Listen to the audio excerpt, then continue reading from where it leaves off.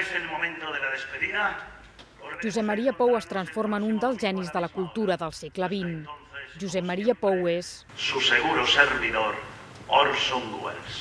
l'endemà de fer 70 anys i 6 mesos abans de morir, Orson Welles enregistra anuncis de laxants i de menjar per gossos en un estudi de Los Angeles mentre espera una trucada de Steven Spielberg que li permeti acabar la seva adaptació del Quixot. L'espectacle repassa alguns dels moments de la vida d'aquest personatge.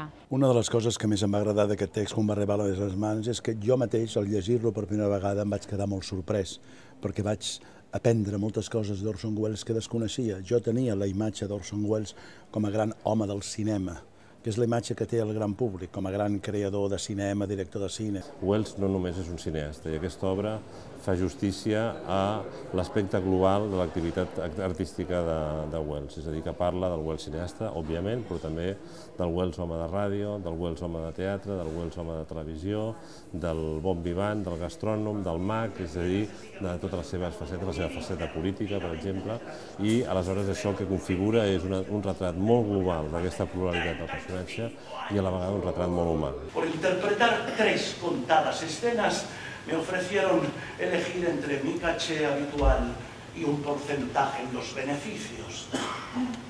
Y volví a equivocarme.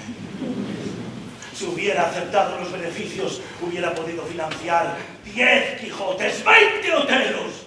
El text escrit per Richard Friends parteix de biografies i d'entrevistes de ràdio i televisió i ens descobreix un Welles visionari incomprès que va arribar al cim de la seva carrera massa jove i aquí se'ns mostra en plena decadència.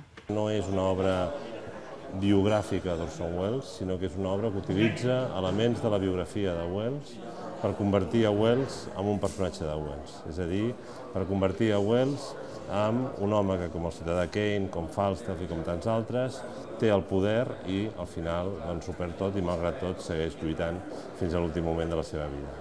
Jo crec que el gran problema d'Orson Welles, és la meva opinió, és que tenia una capacitat tan enorme per inventar coses, per parir coses, que la gent que l'envoltava era incapaç, no tenia prou alè, prou força per seguir el mateix ritme d'ell. Per això ell sempre anava massa endavant i estava sol, perquè tota la gent anava molt enrere i no podia agafar el seu pas.